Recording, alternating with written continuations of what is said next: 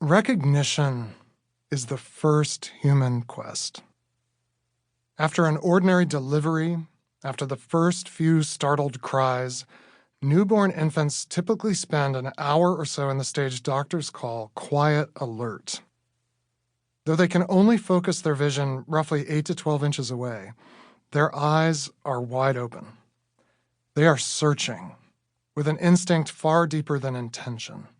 They are looking for a face, and when they find one, especially a face that gazes back at them, they fix their eyes on it, having found what they were most urgently looking for. Recognition is the primary task of infancy. Feeding, crying, and even sleeping are just the support system for this most essential work of figuring out who we are and where we are by making contact with other people, seeing them, seeing us, gradually beginning to build our sense of self through their eyes. As we nursed, our eyes found another pair of eyes and held on to them. When we were handed over to a father or a grandmother or an aunt or a cousin, we found their faces as well, gradually distinguishing them from one another. We looked at them with the steady, uninterrupted gaze of a baby. And because we were a baby, so very helpless and so very unable to cause harm, with those magnificently large eyes and that impossibly soft skin, they looked back at us with that same endless attention, unhindered and unafraid.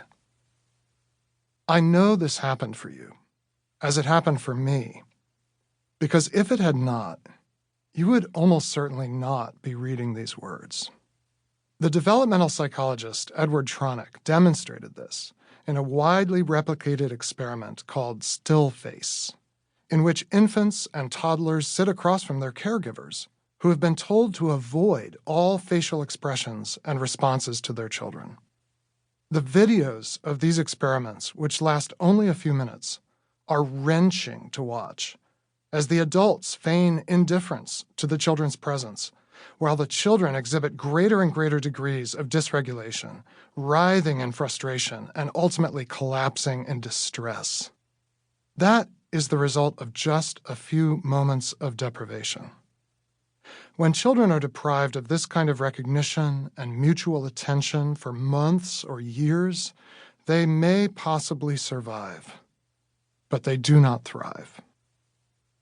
Some children, of course, arrive in the world mysteriously and tragically lacking the neurological preparation for recognition.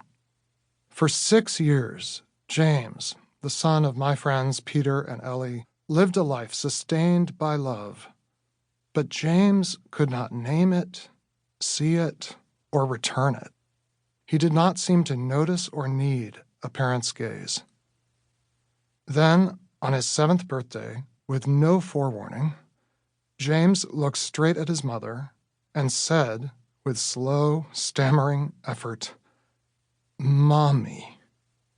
Then, once again, "Mommy." Then, over and over with greater confidence and delight, "Mommy, Mommy, Mommy." Ellie generally avoided using her smartphone in James's presence, but this one day she happened to have it in her hand, and prompted by some mother's instinct, had started a recording.